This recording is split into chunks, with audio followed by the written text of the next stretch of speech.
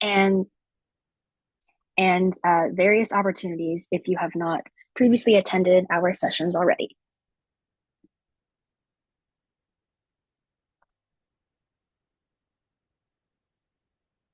All right.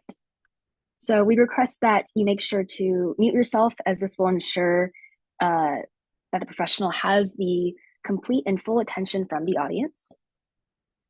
Pre-health shadowing is a student-led, minority-led, women-led nonprofit dedicated to helping prospective healthcare professionals gain access to educational resources, no matter their demographic status, abilities, or location.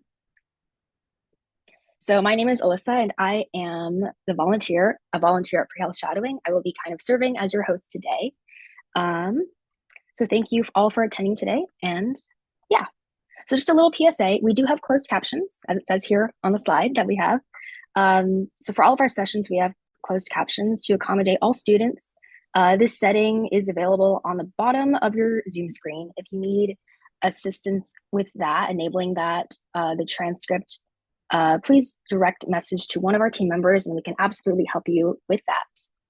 And we are always looking for ways to be more inclusive and ensure our sessions are accessible to everyone.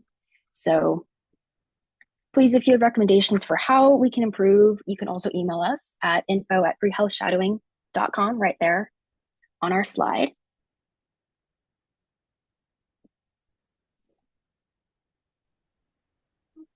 All right, so if you want to stay in the loop, be sure to follow us on social media. We are actively on Instagram, TikTok, a lot of social platforms. You can also sign up for our email list or on our website so you never miss a new update on a new session. All right, so since this is kind of an international program, we want to know where are you Zooming from today? Where are you hailing from? So you guys can drop it in the chat and let us know. For example, I'm calling in from Orange County, Southern California. So feel free to drop it in the chat. All right, we got New Jersey, and then Texas, New York City, South Florida, Georgia. Cool. Was that Missouri? Okay, cool. Got some very diverse places. Rhode Island, awesome. Awesome. Okay, so all across the states for sure. Cool. All right.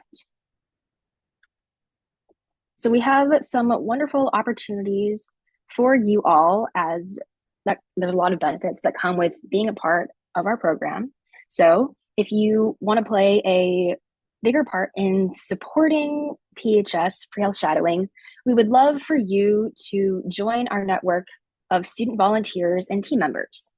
You can apply to be a part of our administrative team, as well as lead students in various projects and initiatives with professional outreach, grant writing, and more.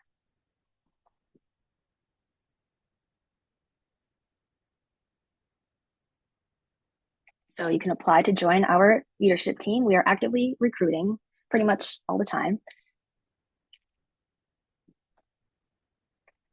So here is just a quick list of like the leadership roles. So we have a lot of different roles that are available. And I believe you can also, if you have a new idea that isn't listed, you can also kind of come up with a new leadership role and present that to us by letting us know. If you are a high school student, which I'm sure many of you are, and you want to get involved, we have started a program called the High School Training for Pre-Health Shadowing Program, which allows you to connect with college pre-health programs and get involved in fundraising for PHS and a lot of different things with organizing resources for other high school students interested in medicine through like pre-health shadowing and other initiatives related to that.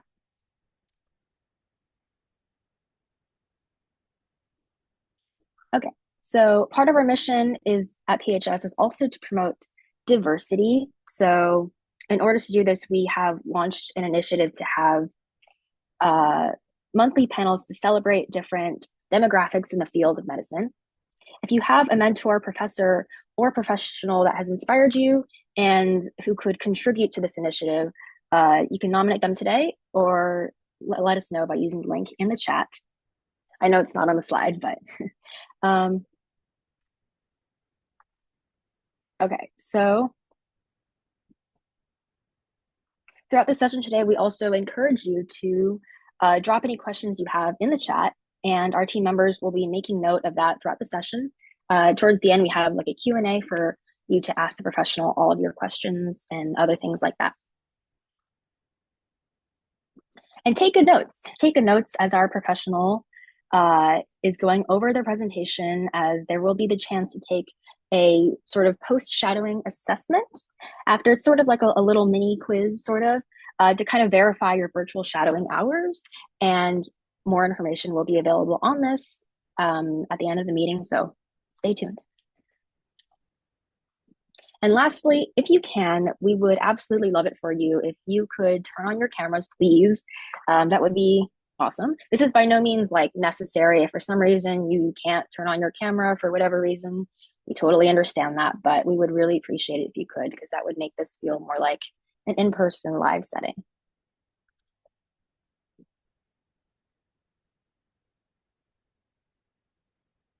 All right, now I would love to introduce Dr. Mason Henehan, who will be going through his presentation.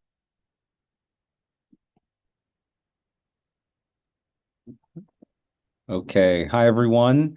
So that's me. I appreciate the kind introduction. Let me pull up, we have like a small PowerPoint here.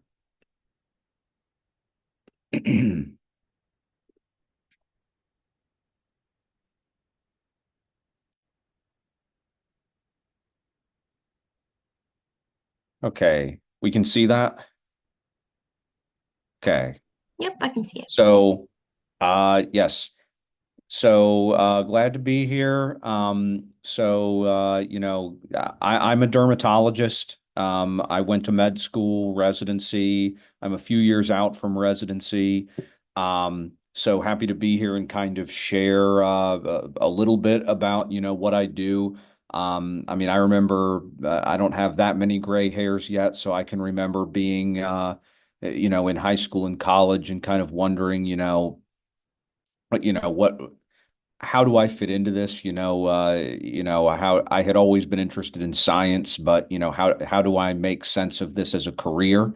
So let me take you through a handful of things about my path, things that might be helpful for you to know, and then some specifics about my specialty. So, who am I? I'm a human being first, husband, have a dog. I'm a board certified dermatologist in my work life. I'm a Floridian. Originally, I grew up in Jacksonville, Florida. I now live in West Palm Beach.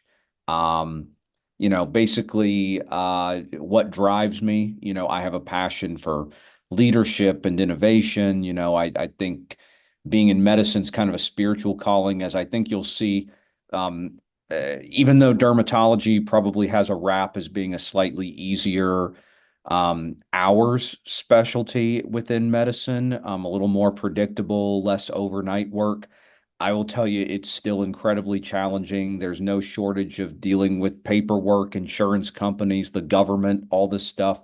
So, you really, I think you got to have something kind of motivating you from the inside. A real desire to, to help people, push society forward. You got to have something kind of driving you, that keeps you going during the tough exams, or just, challenging patient cases that you may see. And really, why am I here today? I'm just kind of looking to pass on the info that I wish someone had told me along the way. Some of this is info mentors or students a year above me did tell me along the way. Some of it was stuff I figured out in hindsight. So hopefully you can learn from me and not necessarily have to touch the hot stove and learn all the lessons for yourselves. But medicine's a long journey, so I guess I'll take it away with the training pathway. So, I kind of like to always start like breaking things down into big categories. That's how my mind works. So within medicine, for anyone kind of considering this career path, there's kind of like three areas you can work in if you go the route of like becoming a medical doctor. So there's medicine, which is historically considered, like talking to patients about how to improve their diseases through lifestyle, through prescription medications, through exercise, through limiting exposures to toxins and allergens and that type of thing. There's the surgical approach, which is much more hands-on, much more, you're either cutting things out that are damaged or cancerous, or you're repairing, organs or structures in the human body that are injured. Um, and then there's a third pathway where you're in a primarily diagnostic specialty where, you may not have as much like coaching the patient or prescribing medications or doing surgeries, but you're really teeing in on what is the patient's diagnostic problem, So some people become pathologists. That's where you're looking at tissue samples under the microscope. Um, and then there's also radiology, which is more X-rays, scans, MRIs.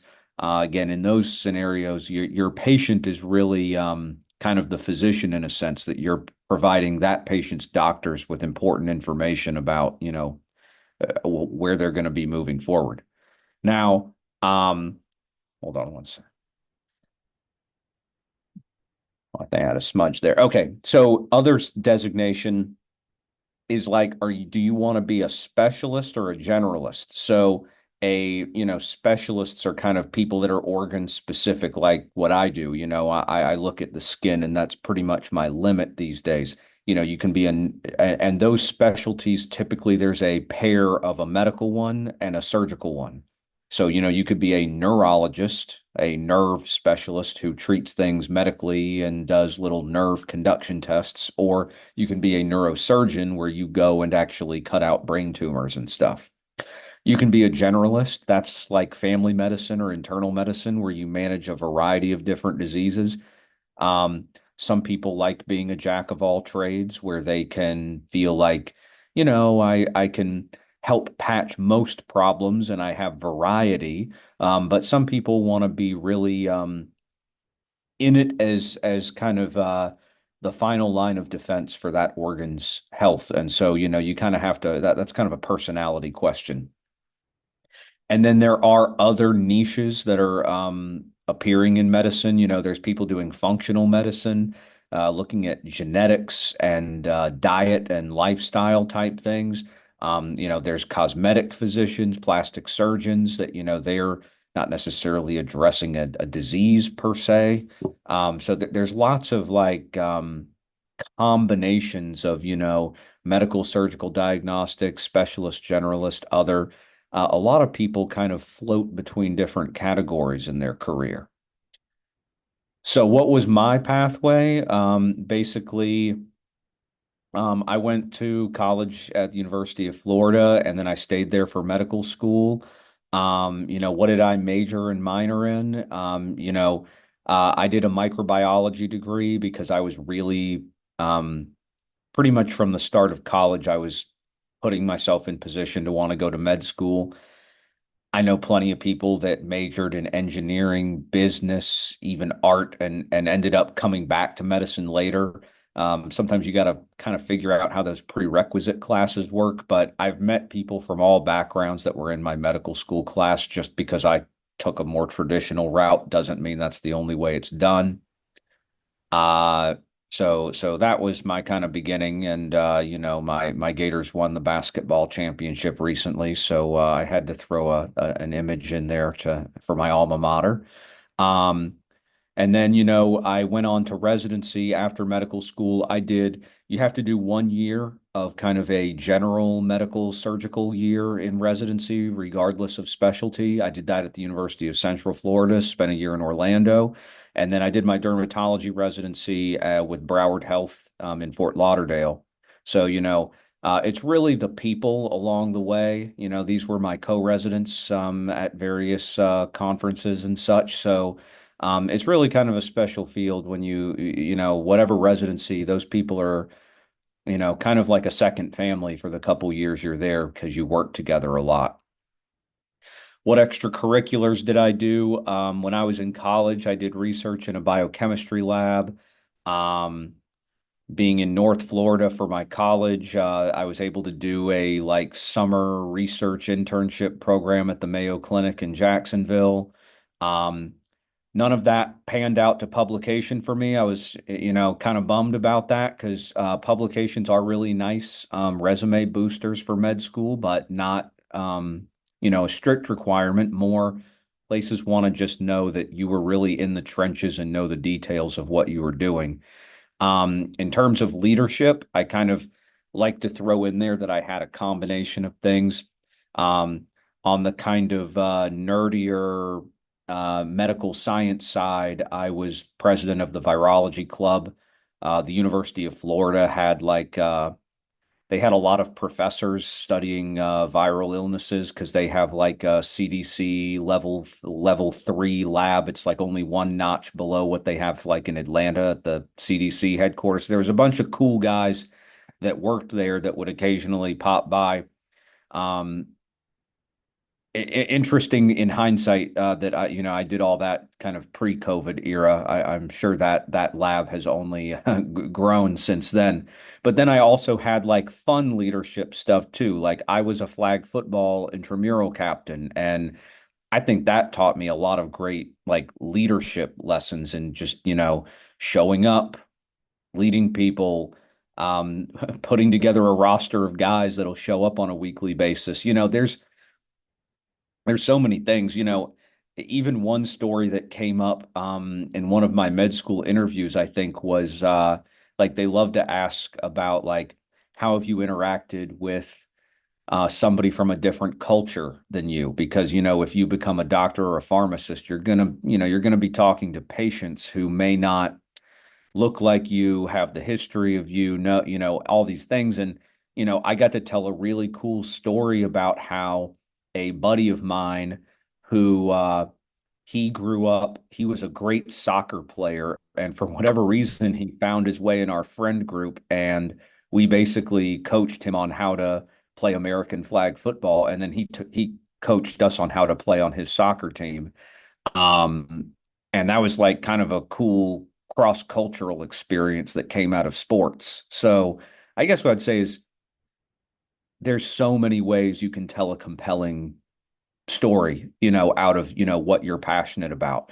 Um, as you can tell, obviously this picture over here was my summer at Mayo Clinic. They figured out really quick I was like a Gator football fan. So my football roots are coming through there. But my point is, you know, that was something that was fun and interesting to me. And not only did it teach me great lessons, but it did ultimately, even though maybe it's not, a publication in some prestigious journal, it I think played favorably, and you can use that to your advantage too. Um, in college, I also did some teaching stuff. Obviously, that's just great for rubbing shoulders and getting letters of recommendation from people, but it's also like it keeps you sharp. Teaching other people really keeps you sharp. So what I did, I was a teaching assistant for at UF. They had a lot of chemistry classes that were kind of the key ones that had strong professors who wrote good letters. So I kind of did that. But then I also did something completely outside my training, really, that I helped tutor students at my old high school to pass their AP classes in English of all things, because that was where they needed help. And you know, I ended up getting a letter of recommendation from my old English teacher as just like a character reference. So there's so many ways to do this. I do like to kind of throw a couple bullets in to say, hey, there's only so many hours in the day. I know we're all trying to get into, good schools and do big things with life, but, maintain balance. It's a long path. And then, obviously, you got to find balance between your extracurriculars and your classes and your MCATs. And, there's still They still love objective measurements. So I kind of like to give my 2 cents on that. But overall, find things you're passionate about, leverage things from your hometown. If you know somebody who knows a guy who has a clinic and does research or something, you never know what opportunities may come across your desk. Um, there were some, I think, these pre-health events, they like for me to kind of talk about, you know, how do you show interest in medicine? And how did that look for me? You know, I shadowed. If you're ever looking to like shadow people in person, a lot of universities with medical schools have like free clinics that they hold at the University of Florida. We called it Equal Access Clinic. That was like really good because it's slow pace. We had a medical student or a resident who could take me through, like, okay, here's how you talk to a patient and get a history. Here's how you listen with a stethoscope, just kind of the basics that help you figure out, is this what I want to do with my career? Or, do I want to be in this setting or that setting? Obviously, as I mentioned, leadership and teaching are usually things people look for. And then again, lessons I learned. You don't have to lead big, huge organizations. You can lead small clubs or small teams of 10 or 15 people. And if you can demonstrate you made an impact or you have meaningful stories for narratives of your life that come out of it, then congrats. You've kind of won the game of the process. Um, and never underestimate being an interesting human being. It's not a problem at all to diversify your interests beyond medicine. You just want to prove that you're in it, and that you're a fascinating individual who, amongst many things you could have chosen to have done with your achievements, you want to use it to help people. Big thing I always say is kind of show don't tell. Like, if you're trying to be a doctor who's someone who's dedicated to serving the underserved, have something on your resume that you actually went to that clinic. That wasn't really my path. My path was more the research and teaching side, but I know people who did mission trips. I just didn't have time or money to squeeze that in personally. But like, there are people that apply to medical school and say, oh, I'm all about research. And then, they get to the interviews and they say, well, if you're for research, what, did you volunteer in a lab? And if your answer is no, it kind of looks disingenuous. So I would just say find what you're passionate about and then just dive into those things. Um, a lot of people ask me the question of like, what if I have to work in high school or in college? And I just want to empower you to say I've never seen this viewed negatively. I mean, I don't know, maybe if what you're doing is unethical or morally questionable, perhaps I wouldn't divulge that. But the big idea is if you're working an honest job, trying to make ends meet, coming from a background where you didn't have a silver spoon, you didn't have every resource at your fingertip, um, I think it's viewed as like overcoming adversity. I even had several medical school classmates who came back to med school in their early 30s, after working as an engineer, or one guy in my class was actually like a wine sommelier for 2 or 3 years. People did all sorts of things and then discovered they had a different passion and went back and took classes. So there's so many ways that you can go through this. Um, for me personally, I was fortunate that I got scholarships, so I was able to focus on doing extracurriculars as opposed to working, but half a dozen on one hand, six on the other. I think as long, again, as if you have a good reference and people see that you're an earnest worker, you're going to be really valuable. Of course, some of my undergrad classmates did really great when they had to work. If they took like a medical assistant job, because it was kind of a 2-for-1 deal, they got medical experience and paid the bills. So shadowing, again, kind of my two sides of the slide. I would say there's kind of two ways to go about shadowing. community and private practice, that's like finding small clinics in the community. Those are often easier to arrange because you don't really have to like fill out a bunch of forms or get permission. Pretty much if the doctor says you can follow them, you can follow them. That's probably the better real life outlook on like, hey, what is my life most likely to look like if I chase this rabbit hole for the next, 10 to 12 years of my life? Um, so it can be really impactful for you learning if this is something you want to do or not. In terms of like, rubbing shoulders with the right people who can help get you in. Some of the people at the academic institutions are obviously going to be hard to find, but if they love you, they're going to be a really powerful voice in your corner. And,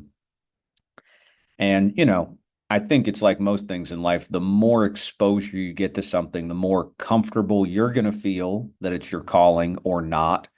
And the more an interviewer is going to feel like this person is in it.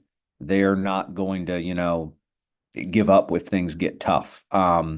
So plenty of ways to do this. I actually found my shadowing opportunities as an undergraduate through after I'd accrued a certain number of volunteer hours at our hospital, they gave you opportunities to go shadow in like operating rooms, even though I kind of realized I didn't want to be a surgeon.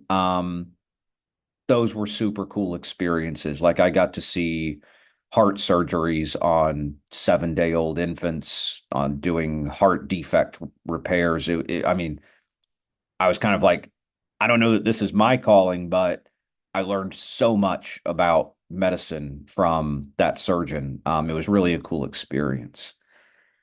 Um, A lot of people sometimes come through this with me asking about medical school decisions. I have an MD. I did the traditional route of a USMD school. There's a whole bunch of public and private options. I interviewed at 6 or 7 places. Ultimately, the public option appealed to me because it was a very good medical school and the cost was drastically cheaper. I think it's like not until you're like out working that you really have an appreciation for like how, debt affects your life. So definitely go to the best place you can go, but weigh the cost. A lot of people go to osteopathic or DO medical schools. These are based out of the United States. Some of my top colleagues went to DO schools. I think there's like a bad reputation from 100 years ago that, DO degrees are like you're not as smart or inferior. Um, just by virtue of the number of DO programs, I think, it maybe is slightly easier to get in with certain numbers items, but their education is remarkably similar to an MD, and you can get into pretty much any residency you like. Um, Really, only those like mostly super prestigious Ivy League type places are going to be MD exclusive. Some people ask me about international med school, like the Caribbean.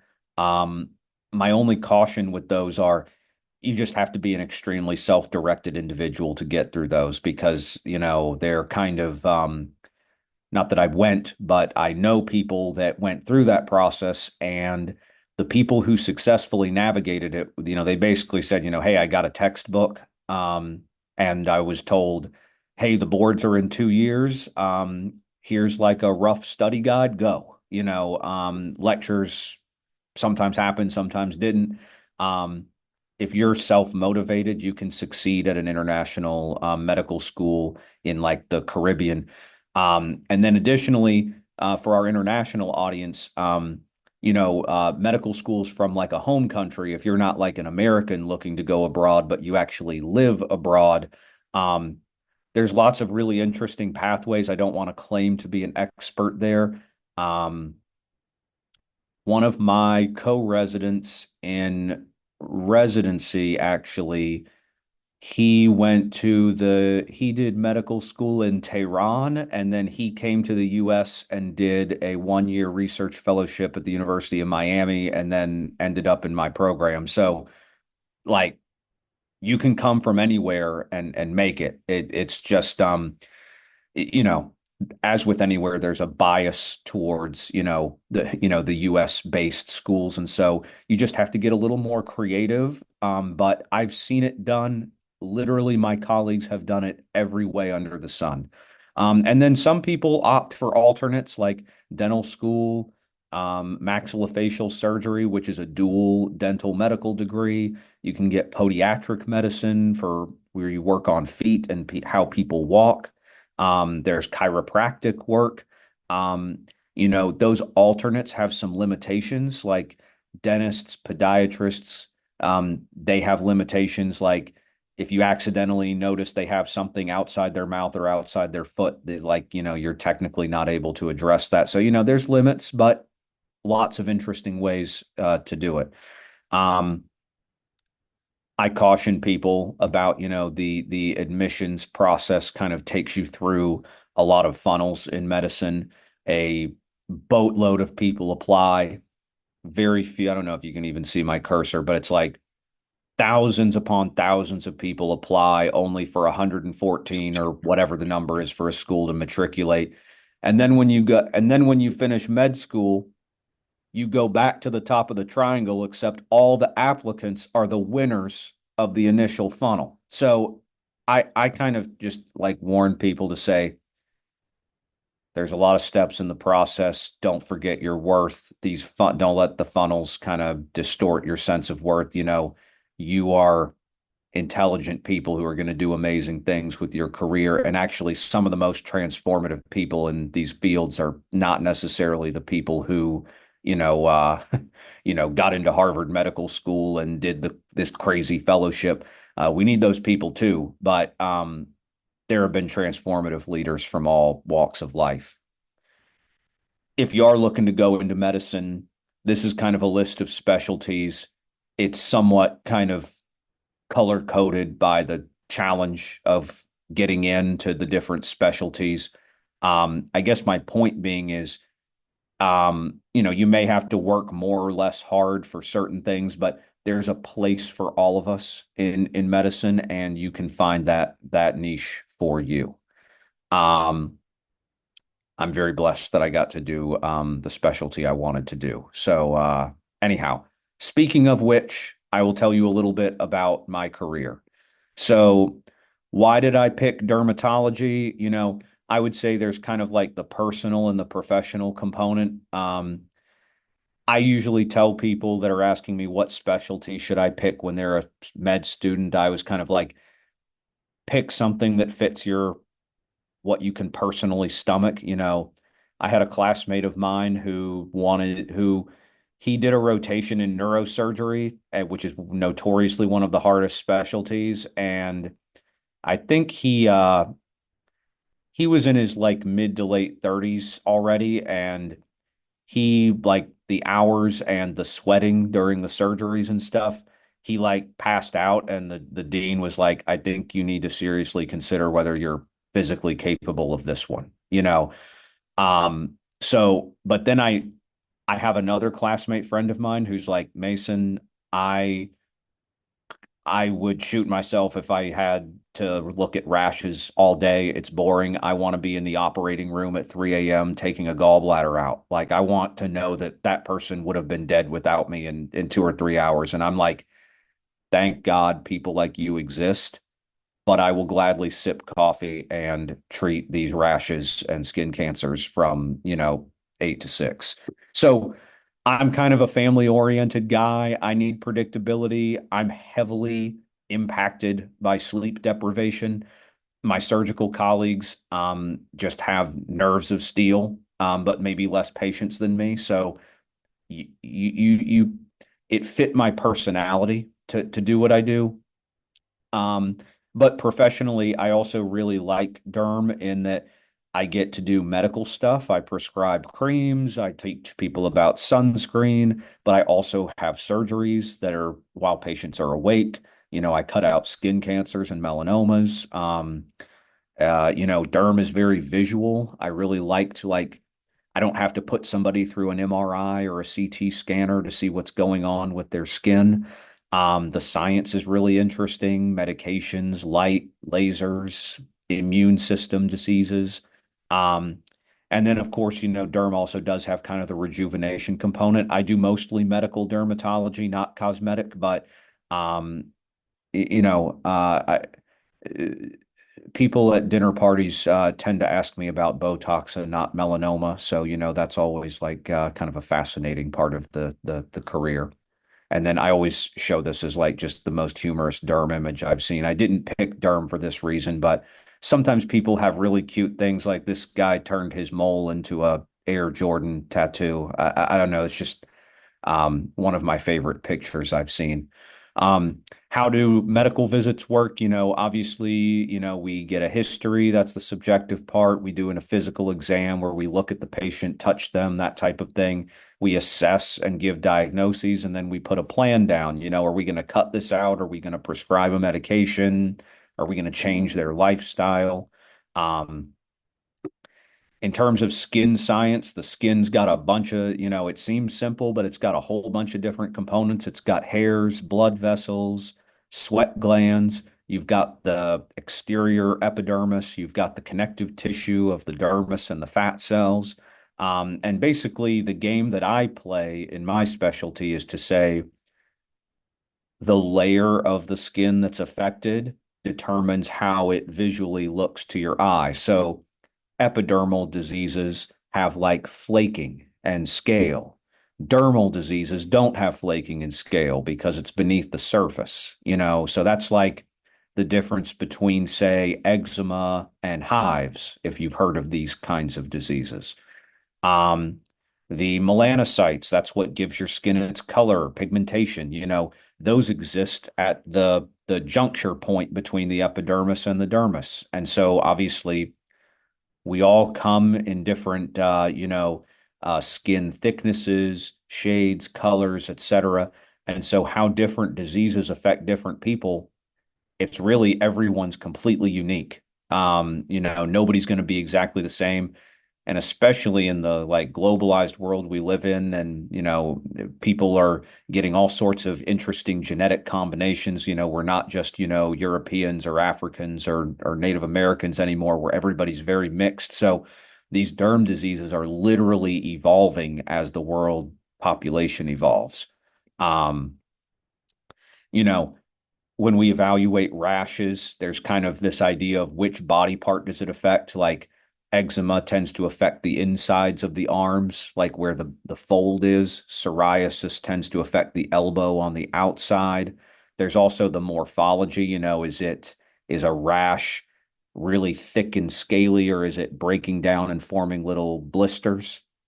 Um, in terms of evaluating skin growths, that's where we use what's called dermoscopy. We have like a little magnifier thing that we look through.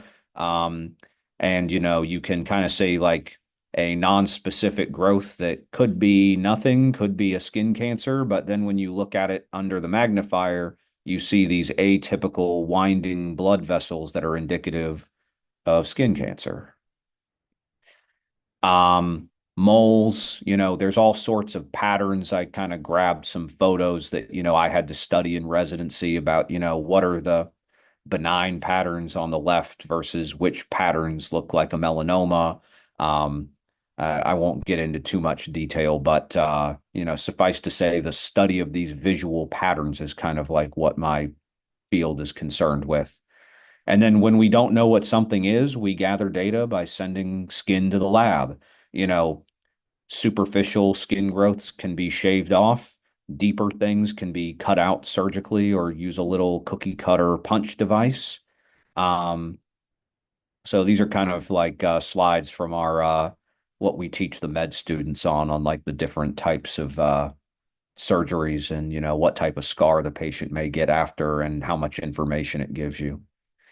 Um, you know, what we do is we try to turn what we see visually with the naked eye, we look at it under the microscope and kind of like match those together.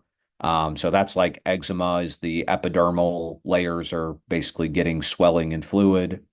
This is like the most serious diagnosis in dermatology, pemphigus. Patients can get extremely widespread crusting. Their skin can almost essentially fall off all over. and you can kind of see this destructive pattern under the microscope. Um, the details of which I won't elaborate on. And then obviously there's the cosmetic element of derm. There's Botox, which can relax all sorts of muscles.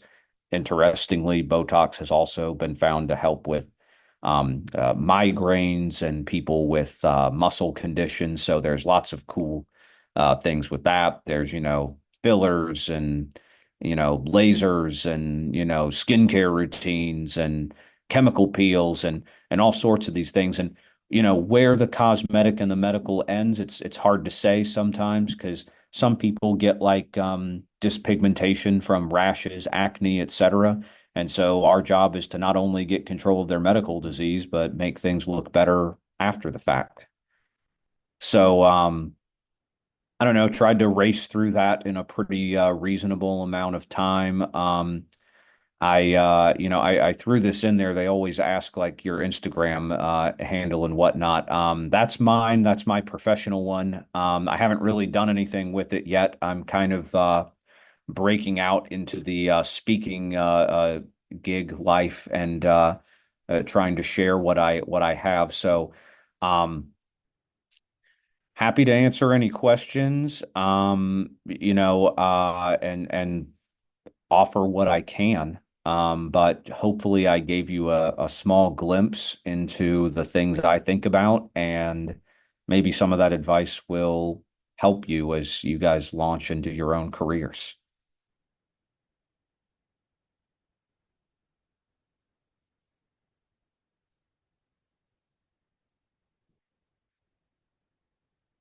Let me see. Let me see. Um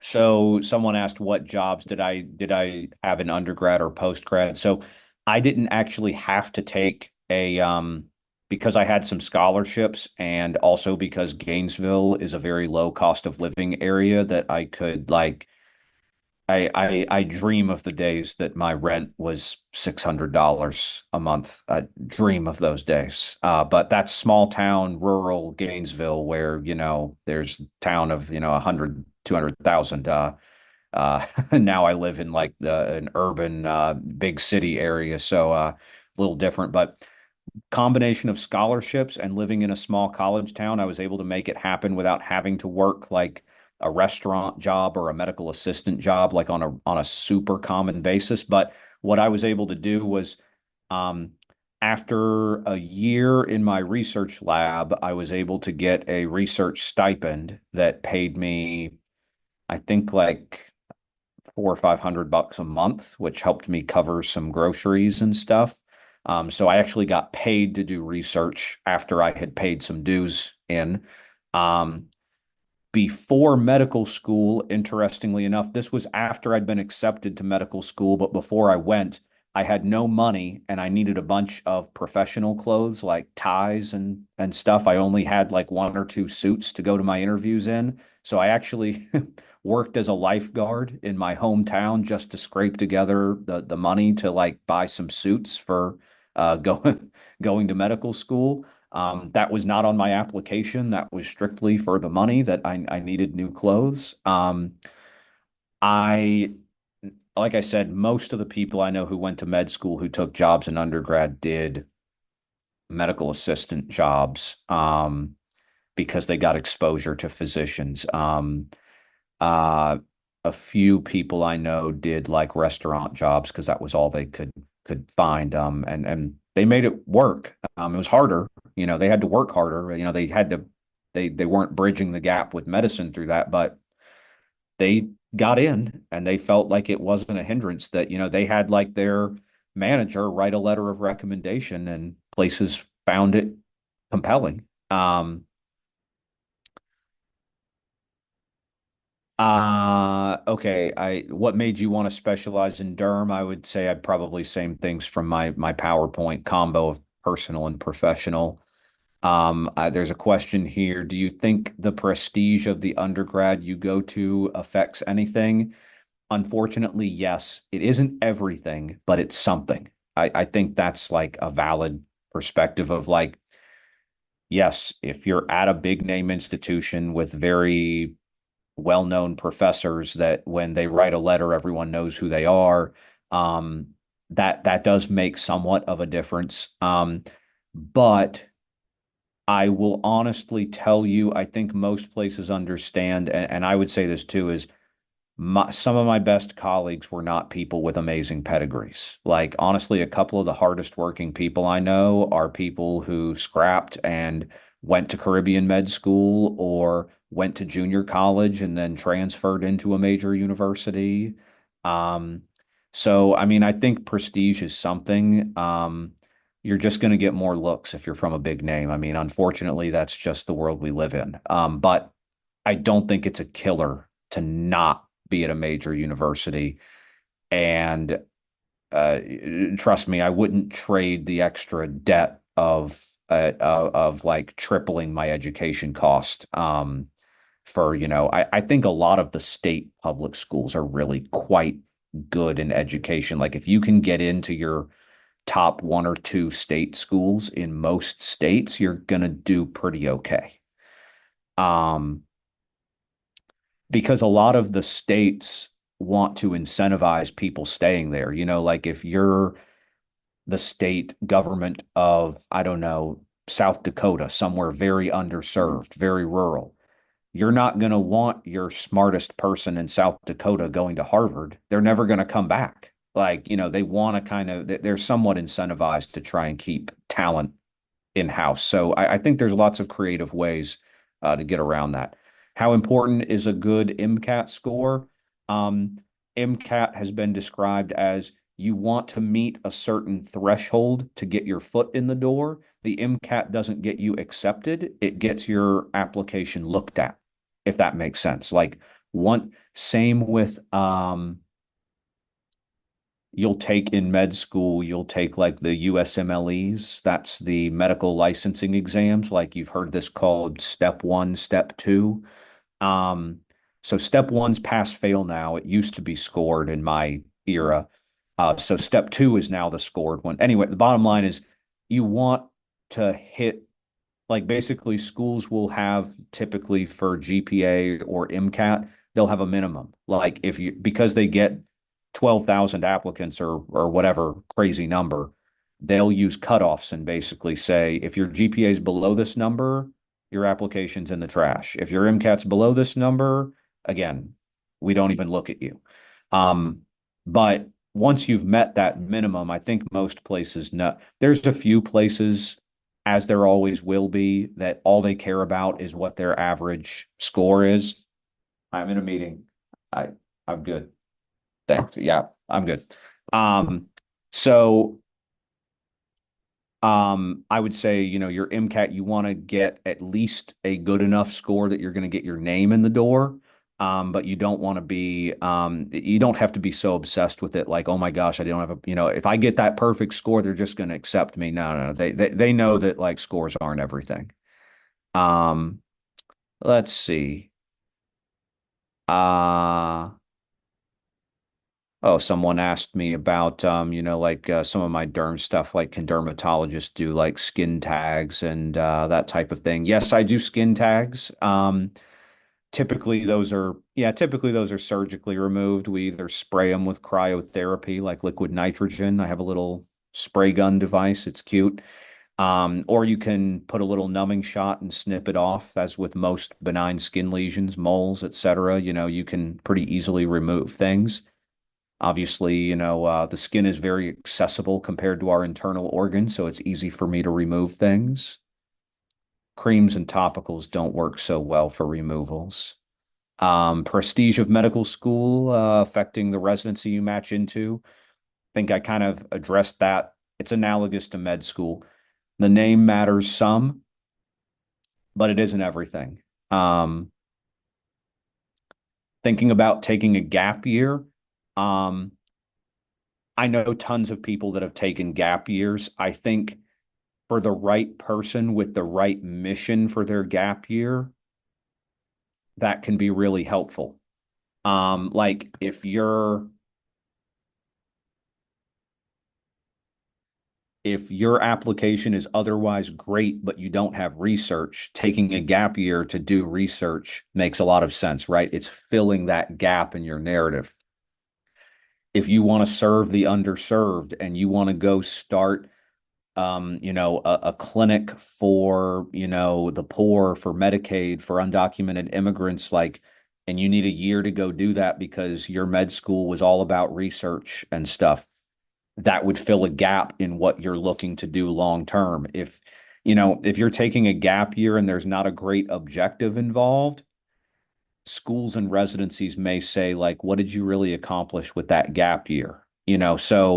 I would just say go into a gap year with a plan. But the people I know who went into a gap year with a plan, like a research fellowship, some kind of underserved clinic thing, or doing an MBA, even a master of public health, working at the CDC, NIH, like, if you have something lined up with some structure, I think that can really work out well. Um, I think taking a gap year for the sake of a gap year doesn't necessarily help. But if you're also trying to soul search between specialties, I mean, a gap year could also help because, like, residency is long and really difficult. So, if you need time to investigate and you have the means, no judgment on that either. Do you typically meet with a specific age range of patients? So, in derm, you can typically see patients from newborn to elderly, 100 years old. So that's like something I really like is I see everybody. Most people will treat adults or children, um, and not both. A lot, depending on your specialty, you might treat more adults or children based on the diseases, right? You can be a geriatrician. That's someone who exclusively treats the elderly and makes sure they don't have like 10 million medications that are interacting with each other. You can be in sports medicine and orthopedic surgery. You're going to be treating younger people and athletes. You know, your setting also matters. One of my hats is one of the places I work is at the Veterans Affairs hospitals, which have, been in the news this year and such. But obviously, like, you can't be a military veteran for the United States unless you can't enlist unless you're 18. So I don't see any children right now, but I've seen children in other settings, in private clinics. How is the work-life balance? I mean, I would say dermatology is one of the better work-life balance fields because, you know, I have scheduled appointments. My patients walk in, they walk out. I show up at 8 a.m., I do my work. I'm usually leaving 5 or 6, maybe long day, tough patients, 7 or 8. Um, I would say any specialty can be ruined by a bad clinic or a bad hospital that views you as um, this I borrow this from my friend who went to law school, that he said there are certain jobs and firms right out of law school. And he was like, oh, I don't want that job. It's an orange job. And I said, what's an orange job? And he's like, an orange job is where they view you as someone to be juiced. And then when you're out of juice, they toss you and move to the next graduate willing to do the grunt work. And I'm like, that sounds terrible. And they were like, yeah, well, I'm trying to be a partner one day. So whatever. He didn't take that job. But my point is, a great clinic or a great hospital can make the toughest specialty feel rewarding, and the most money grubbing, stingy hospital that doesn't want to support you is going to make even the best specialty feel like hard labor. So a lot of it's the individual job, but I would say derm has good work-life balance, and that's why I'm there. Definitely, if you're trying to be a surgeon, um, that's going to be a lot more hours. Medicine is less hours. Surgery, heavy fields are harder hours. And the reason being is, you know, that gunshot wound at 5 a.m. or that appendicitis that needs to be removed at 4 a.m., that's not wait until 9 o'clock. They'll be dead. So the surgeons have a hard lifestyle. Emergency medicine is kind of a hybrid. Emergency doctors are shift work, right? Because an emergency room has to be open 24/7. So you're on, you have to work all hours of the day, but because there's like shift work, you kind of know like, okay, next week I'm working nights, and the week after that I'm working 7 to 2, and the week after that I'm working 3 p.m. to 10 p.m. So um, there's a lot of ways you can cut it. Again, some people go into pathology because your patient is a dead piece of tissue. So by definition, you can't have an emergency and you never work weekends, but you don't get the joy of like actually interacting with the live human. Um, you mentioned that you had friends going to med school later in life, non-traditional. How do you kind of manage like a non-traditional route? How do you compensate for it? Number one, I'll say, that wasn't my path, so I don't want to claim to be an expert there. What I witnessed my classmates did was, again, they had a strong narrative of kind of like, um, they they went back, they did their extracurriculars, they kind of had this clear trajectory of like, I know medicine's for me, I'm gonna keep going for it. They they shadowed as best as they could. They found honestly, some of them even found out where the undergraduate clubs met, and they literally showed up and said, "Hey, do y'all need help? Do you have a free clinic?" There are ways you can get crafty.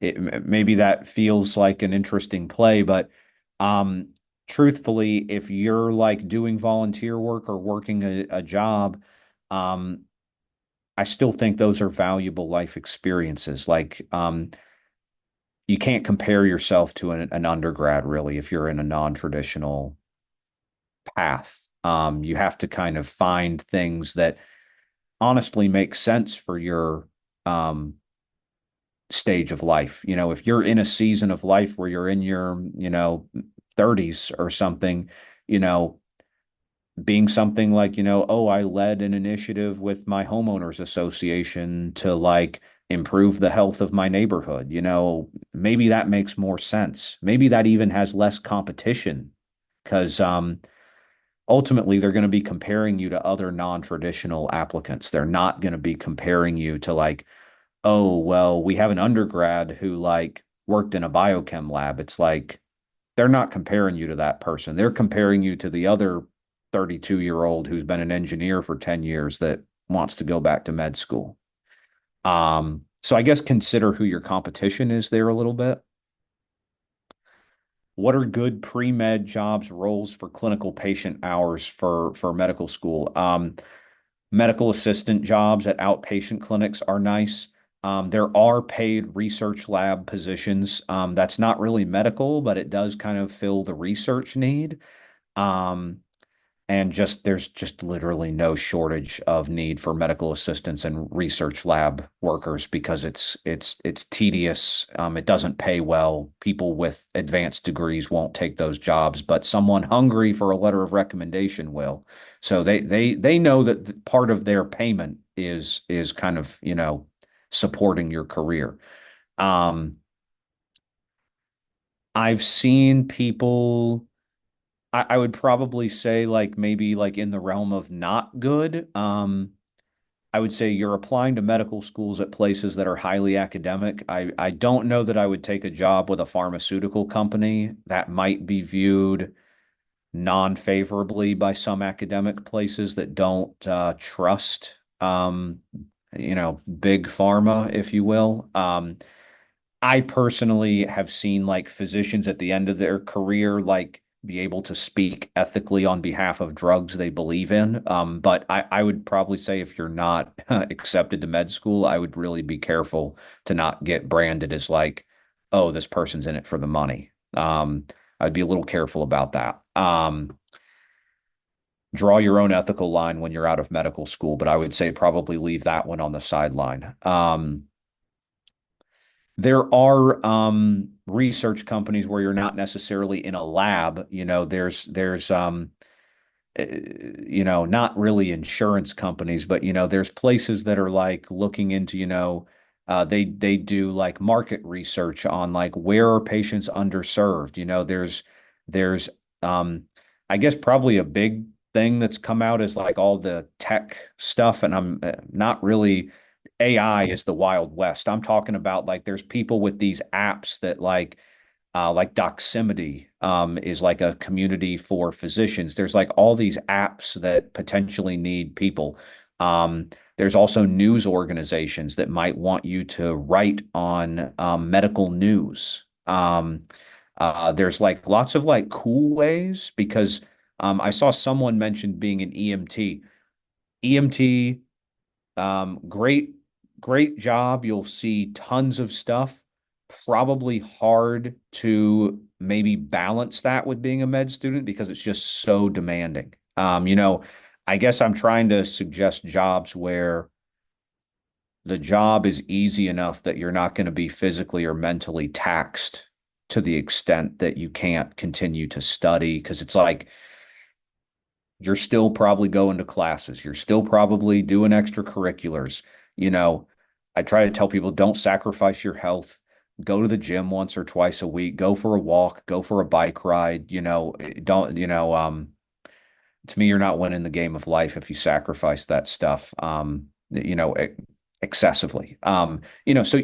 We lead busy lives. You need, I would say, EMT, amazing experience. And if you have a season like a summer where you're not taking classes, that you can dedicate yourself to that, maybe. But if you're having to work while taking classes, I guess I would caution to say, know how much energy you have. I mean, a couple of my friends, like I said, are Energizer bunnies and they could do that, but I probably couldn't have done that. Would you recommend wet lab or dry lab research? Mm, I don't think it matters if you're getting something valuable out of it. I don't think it matters. If it's something you can speak passionately about, or, let's just be real, I had to email like I had to email an absurd number of people to get into a research lab.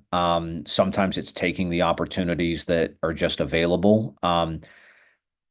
Don't take an opportunity that's bad just because they're the first person to respond to your email. Like I had a research lab in undergrad that was like affiliated with the main academic hospital, and they were like, "Oh, if you work in our lab, like, what you think's going to happen, like we expect you to be working, like 40 hours a week." And I was like, "40 hours a week? Volunteer?" Like I'm like, I have classes. I have, I'm like I'm trying to like, I was like I maybe they were some big name, but I got into med school with a lab that I worked 15 hours a week, just kind of like in between classes. I pop in, do some pipetting, do some test tubes, and you know, maybe I would have gotten published doing 40 hours a week, but I knew I didn't have that to give. So and unfortunately, don't let your some places view undergrad as slave labor. I think it needs to be a two-way street. Like you need to sacrifice something for the sake of the lab, and they need to sacrifice in support of your career and like your mental health. So, if you were getting paid, that's another separate story. If they're paying you for a certain set of hours, maybe. But um, play on your strengths. I think if you are a wet lab guy that you want to be in there with the test tubes, do it. If you're someone who likes Excel spreadsheets and like calling people and doing that type of research, I would honestly say play to your strengths and play to your opportunities. Um, is it fine to do EMT only in the summer? I would say that's a preferable way to do it. Um, Yeah, med schools don't like when things are a checklist, but that's where I say if you get a good letter of recommendation or you do something like you have some tangible output, or you can like speak about that EMT experience in your personal letter and say like, um, uh, my local EMT. My shifts with my classes just wouldn't work during the semesters, but that summer I spent transformed my life. Like if you can speak with authority about, if you can really speak to an experience, I would say again, it's that narrative of like if the EMT is listed on your resume and you did it for 3 months and then you don't talk about it in a personal statement and then they go, so what's the deal with the EMT? And you're like, oh well, I did that to get medical experience. And they're like, you saw people in their weakest moments for 3 months and you don't have any stories from that, anything that impacted you, like it's going to come off disingenuous. So I say that more to say people frequently take the EMT job and then maybe feel like, oh, it's good enough, even though they had amazing experiences. What I'm saying is you got to take credit for it by putting it in other parts of your application so that they're kind of like, oh, wow, that was a real experience for that guy. Like he was not like the reserve EMT who sits in the corner and doesn't do anything just to check the box. Like this dude went to people's houses and resuscitated people. And that came out in his personal statement. That's gonna like come through as like this person's a real human. This person's not just like a walking resume. Because trust me, there are some people with amazing resumes on paper that you'll get to an interview and I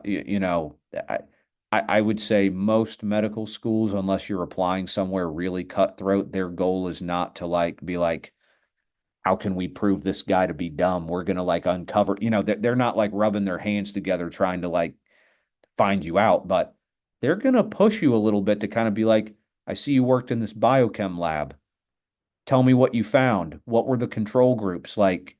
Tell me, that like out of curiosity. And if you can't speak to that, like having biochem lab on your resume is not, they're going to be like, this guy's phony. So I would just say, whatever you do, let anything that was impactful be a recurring theme.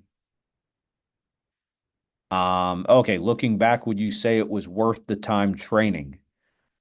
Wow, shot to the freaking heart. That's a hard question to answer sometimes. I think on hard days where like you're going to prescribe a drug one day and a patient's going to have 1 in 100,000 adverse effect. Maybe you even told them it was a possibility. Um, there's going to be days, when I was a intern resident, there was like it was like hard to watch like a young guy with a horrible lymphoma just like die and bleed out on a hospital ward at 30 years old. Like he was barely older than me. You'll see crazy things. And I would say on those hard days, it's easy to go home and say, did I really like spend my 20s or even for people coming back later, did I really spend my third, did I spend a decade on this for what? So gets back to me at the beginning of like, for me, I think like being a healer rather than just somebody who like, I don't know, sells iPhones or something. I don't know. It's kind of a spiritual calling thing, kind of like kind of a religious level type thing of you got to have something driving you that guides you. Now, the other thing I would say is there's so many ways. There was a guy I know in med school who came back to med school in his early 30s, and he actually didn't do residency after medical school. He um, took a job. Like there's people like you can take consulting jobs, there's other things. Now, I guess I would say you're not locked into just doing patient care forever. You can be an entrepreneur and create medical devices. You can get into administration. You can get into the business side. We need lots of reform and all that stuff. Um, I think those of us in clinical care are hoping somebody like gets into these like insurance companies and like creates a better system for everybody. I mean, if somebody had a better system, we would have moved. We need smart people coming up with solutions in lots of areas that's not just, showing up to clinic or the operating room. So I would say Your career is adaptable. I would say my career is worth the training most days, but to tell you there's not tough days would just, be lying. I think it's worth looking yourself in the mirror and saying, do I need to leave this all on the field, so to speak? Am I going to regret not going for this? Or am I going to regret, maybe giving up some extra time in my 20s? And I've met very honest, great people who've answered that question both ways. Y- you know, um, I think that it's a blessed position to be a doctor. There's always going to be sick people, but it's a sacrifice. You're going to have to spend some nights studying that you can't necessarily. To use my own example, you got to skip a couple football games, suck it up, pass the tests. But um, I think there's a lot of burnout in medicine just because of a lot of different pressures, time pressures, money pressures, student loan debt pressures. I think you'll come out okay. Doctors will always do okay in our society because there's a clamoring for health. And when you don't have your health, people will spend any amount of money to get it back. So, our profession will always live, but whether it's worth it is a personal call. I think just look at your values and that type of thing. And also know that it may not be your whole life. You may be a great doctor for 10 to 15 years and then go part-time and do some consulting. Maybe I have several friends who did residency, worked for a year or two, and they became mothers and they peeled back their clinical time. They took maternity leave and then they peeled back their clinical time to 2 days a week, 3 days a week, working mornings. There was a pediatric hospitalist I worked with who she was like, I just want to treat the little kids in the hospital, but I have 4 kids now, so she's like, I just come and cover the wards on Monday and Tuesday, or I take one weekend every 2 months, and that was enough for them. So a lot of different ways to make that work with your life. Were there a lot of people in med school that weren't able to make it through? Um, I had a med school class of 140, 150, and I think in the first 2 years, there were maybe 3 or 4 people who decided that this just wasn't what they wanted to pursue, like intellectually. And then there was maybe 1 or 2 people who just couldn't pass the tests. Um, extreme minority, extreme minority. I, if you get accepted to med school, they consider you smart enough to make it through. So I would not say intelligence is the main factor there. I would say some people just kind of like get in and they're like, holy cow, this was not what I thought. Like just I'm out. I'm out. I'm out. This was not it. But it's more a them thing than like a incapable of making it thing. I've seen tears shed in medical school, but um, those people had resolve that, you know, a setback, a test that wasn't as good as they wanted, they came back and got the job done. Is it a good idea to have a variety of clinical experiences or focus on one job?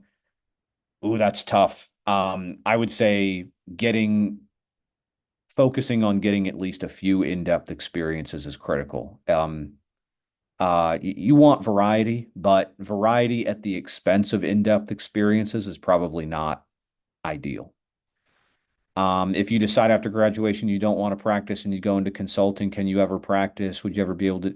So, uh, you would probably want to. So, if you go into consulting or entrepreneurship or business or something after medical school, it's going to be hard to get into residency because they're going to kind of be like, so this person's going to take like a massive pay cut. Residents in our country are way underpaid relative to like what attending physicians make. But nonetheless, I'm not going to get political here. But resident pay is not great. So they're kind of like, is this person really going to take a pay cut for 3 years and then they're only going to be a doctor in this specialty or whatever for whatever years they have left till they retire. Some residencies are a little skeptical. Um, I would say most people do medical school, then do residency, and then they are qualified for optimal consulting positions if that's like something they want to go into, because med school's kind of general. You're not really getting any niche training.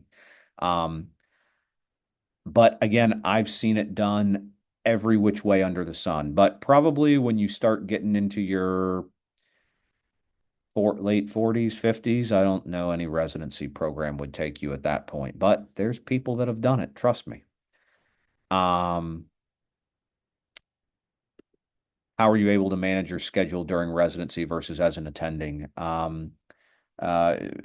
I don't know, organized chaos would be my the words that come to mind sometimes. It's tough. Everyone wants your attention, especially once you've become a doctor, and then once you're a residency trained, board certified physician, your attention, I think people say that with like social media apps is like your attention is the product. Well, your attention when you become a board certified specialist or whatever residency you've done, your attention is worth a lot of money, and so a lot of people are clamoring for it. Your patients are clamoring for it.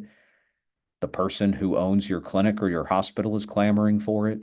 Um, you know, insurance companies or other administrative factors are delaying things, which force you to fill out paperwork that you don't want to do. So there's always people grabbing at your attention. Um, so I would say you just kind of I have a Google Calendar. I put things in slots, just like this meeting tonight. You know, you know what your personal boundaries are, and you have to just like it's tough because where you guys are at, it's very profitable to your careers to say yes. Yes, I'm going to work in that lab. Yes, I'm going to do that teaching position.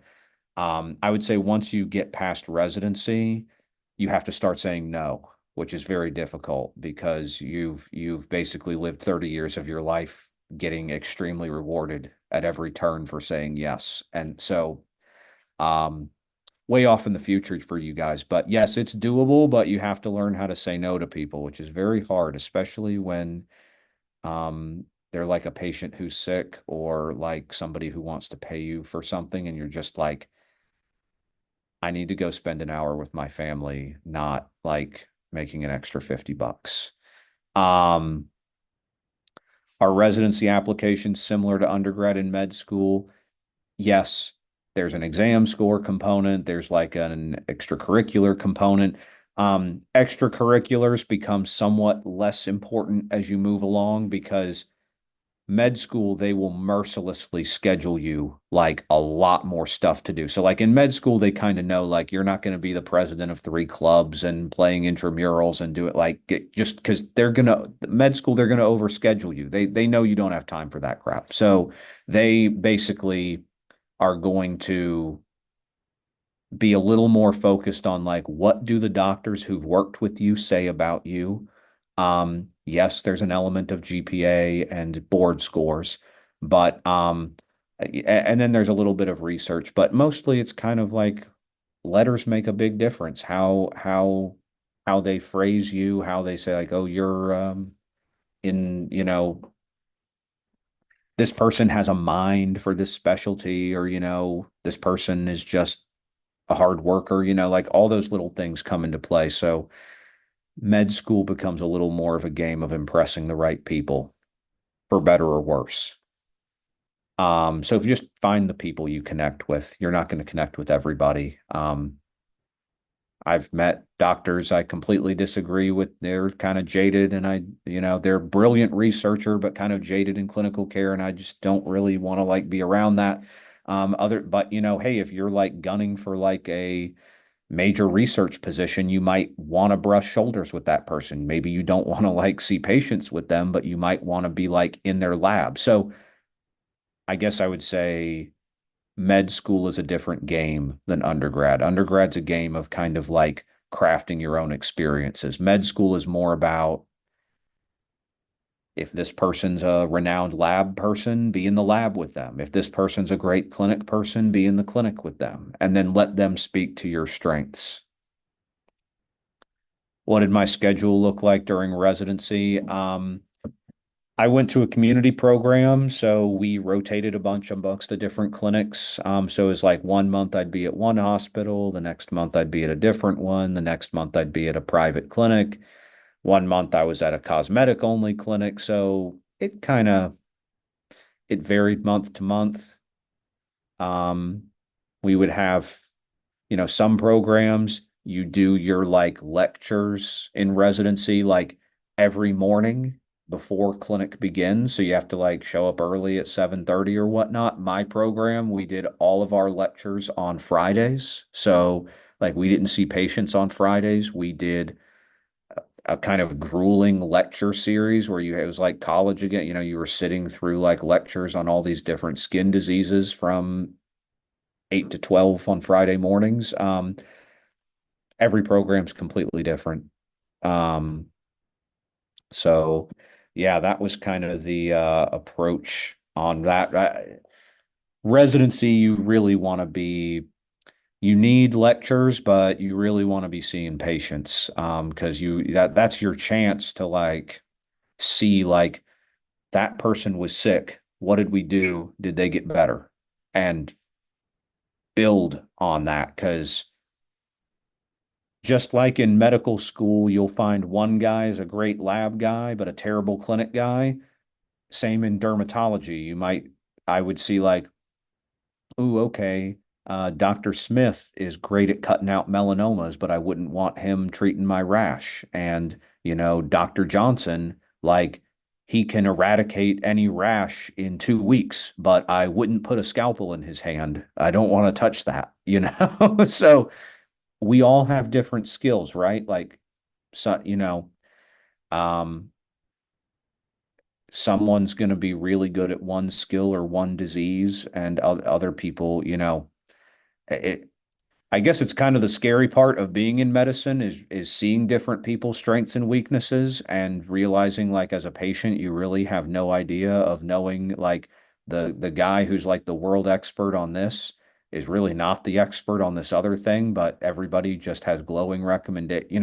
I don't know. I'm just kind of maybe I'm veering off target on my answer to that one, but um, lean into your strengths. I think that's like the point of that is lean into your strengths. But residency is a great time if you really want to be like if there's really a skill that you need and you're not good at it, that is the time to acquire that skill. So, good questions. Good questions. Thank you. I had a question. So since you're Sure. talking about residency and all of that, and you have mentioned that like the people that you meet over there are like a second family. So how do you go on the process from moving from medical school to residency, knowing that that place are gonna be in for the couple of years, to have like good culture for the student, good people, and so all sort So, of that. so I mean, I would say, and I guess this kind of speaks to that same process of never underestimate the value of an interview. Um, you can be an applicant that like they didn't love your resume, you were the last one from the pile in, and you have an amazing interview. They're like, okay, this person's board scores are not reflective. They are an amazing human. They went through a tough time, family member died, financial hardship, whatever, and all of a sudden you're at the top of the stack. Same should be true for the university or the program that, like, you know, I went to 3 or 4 programs, including, although I didn't go there, I was waitlisted for the record. I interviewed at one very prestigious medical school, Northeast, you know, very well known. And basically, I found out the University of Florida took the same approach as them. They were like, your first year, we make your first year pass fail, and then we grade you later because we want to build camaraderie amongst the students. We want you guys to all be on the same team. We want you guys studying together and not like cutting each other's throats the first year of medical school. And we believe that will carry forward into the future. Um, Again, very prominent Ivy League place and my local public state university both had that opinion. I interviewed at another private medical school, and they were like, and like even the medical students were like, oh yeah, you're scored and graded from day one, and like the guy two study groups over, like, they'll, this place, like they'll, it's cutthroat. And I was like, geez, do I really want to, like, why would I do that? And I couldn't even make the argument of like, well, that's just how the high and mighty do it. I'm like, I literally interviewed at a crazy place that I was shocked I even got an interview there, because it was like, like literally when I got the interview, I was like, what? And then I found out my local place that I really liked for like cost and living reasons did it the same way as them.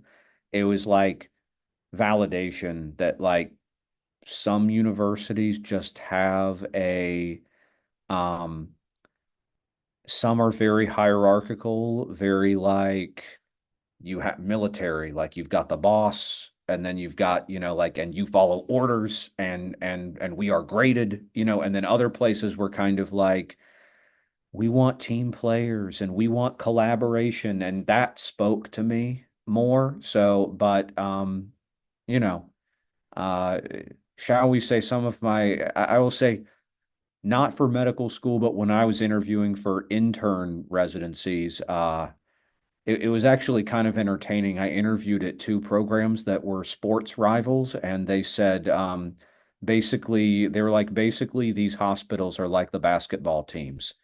That team is very hierarchical, very, we have a leader and then sub leaders, and we follow orders. And then over here, like at our hospital, you can walk into the CEO's office and he'll have a 5 minute cup of coffee with you. And you'll never get that at the other place. And the other place was like, oh, why would you want, so, everywhere thinks they're doing it right. You got to find what speaks to you. And I also say that's why being honest in interviews, you know, honest about who you are is important, because you want somewhere to pick you that they think you're a fit for their culture. Because like the, the each of those places are going to pick different, they're going to pick people compatible with what they're looking for. Everyone gets kind of soaked up, I think, in the game of like looking good. I think you should be looking for fit. Put your best foot forward, of course, but you're interviewing them a little bit as well. Um, I think you can ask what their schedules look like, in addition to like how are you scored and graded, which obviously led to me learning how cutthroat a place was. But you can also be like, what's the schedule like? How does this work? How does that work? How frequently are you having exams? In residency, I would say that's a big deal, is like, what are the clinic schedules? When am I showing up to work? How far am I driving to various hospitals or clinics? Yeah, I can tell you, like, going from Gainesville to big city South Florida, like, commute times. Like in Gainesville, I could like roll out of bed, like, door to door, be sitting in front of the hospital computer in 15 minutes or less. Like, that's, if you're in Miami, New York, Los Angeles, good luck. You're never going to be door to door 15 minutes. You know, I guess there's some of the New York hospitals have like housing at the hospital, but it kind of sucks, so I wouldn't do that. But there's places with creative solutions, but you want to look at like happiness factor. How happy are the faculty? How happy are the residents or the students? And what does your day-to-day schedule look like? Um, those are maybe the more logistical things to ask, but I think the culture is probably your bigger ask of like you'll get a feel for it. Like, the play it usually kind of hits you in the face, because they're gonna tell you who they are. I'm a believer that people tell you who they are. Um, Good Perfect. Thank you. question. Thank you so Yeah. much. We're gonna go ahead and wrap it up with our closing slides, but if you have any more questions, you can feel free to take these last few moments to do that. I think I've touched on a lot of things. Appreciate y'all's thoughtful questions, but yeah, I will need to go at 8:30, so take it away. Thank you. Thank you so much for joining us. All right. Thank you so much for that very informative presentation. I think we all learned a lot from uh, Dr. Henehan today. I know my favorite part was probably when he was talking about the funnels with like the admission system. I've never seen it compared that way. And when he was talking about different perspectives that he gets from other people that he knows. All right, so now that we're at the end, I think we would like to encourage everyone to reflect on the session today. So we have a couple of questions here on the screen. Okay, so what brought you to the session today? What are three major takeaways you guys all got? And then what do you want to learn more about? So you can just take a minute to think about that.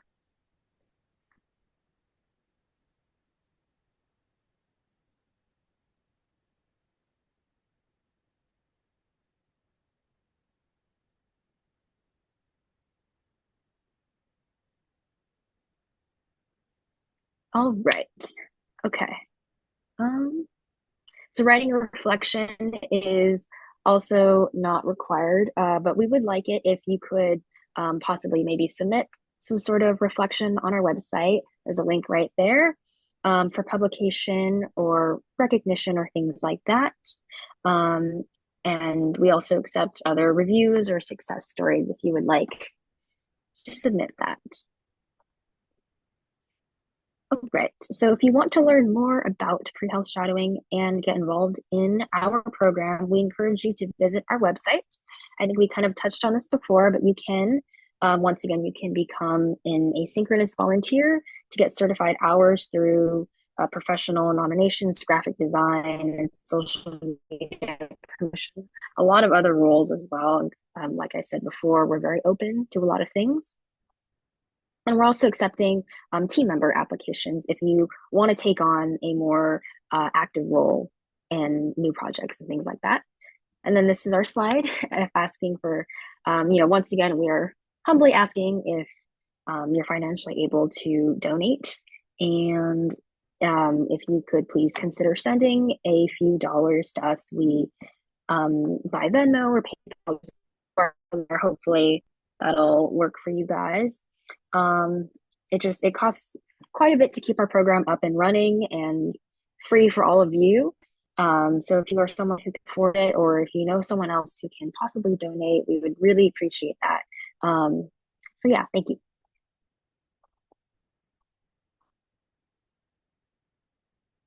All right. So now for the part that we've all been waiting for, earning a digital certificate for your virtual shadowing hours now that we've completed our session today. So there's a couple of steps on the slide that you can kind of follow to get to our website and things like that. So number one, you can go onto the website and find a professional's course pages. So that would be Dr. Henehan. Next, you can take a quick, I think it's a 10 question multiple choice quiz. It's not that bad. It's if you listened to the session, it should be pretty doable. And you only need like a passing score of maybe 70% or higher to get those hours and that certificate. So we know that sometimes technology can be difficult. So for this reason, we do allow a couple of attempts to take the assessment. If you run into any difficulties, you can also contact us with our email to ensure that our website does not crash or anything like that if you're having difficulties with that. Okay, and then once you have passed, so step 3, you can click the Finish Course button at the bottom of the professionals page and download your certificate to get your hours. All right. So if you missed any part of the session, or you want to go back, or if you missed something, or you had to miss a part of the session for whatever reason and you want to review, or if you want to see any other sessions that we have and earn more certificates from previously recorded sessions that were recorded previously, you can also go to our YouTube channel, or you can find things on our website. It takes you to these previous recordings. You can also find them via the professional pages and things like that. And you can also take those previous shadowing assessments to get your hours. Be sure to follow us on social media. I mentioned this at the beginning, we're on Instagram. and also subscribe to our emails so you don't miss any updates with new sessions. Thank you once again for joining us today. And please stick around if you have any last questions or any lingering things you want to talk about. And myself and other team members will be very happy to help you with that. This shadowing session is officially over. Thank you so much once again to Dr. Henehan. And we invite all of you to log off. Thank you for the wonderful session.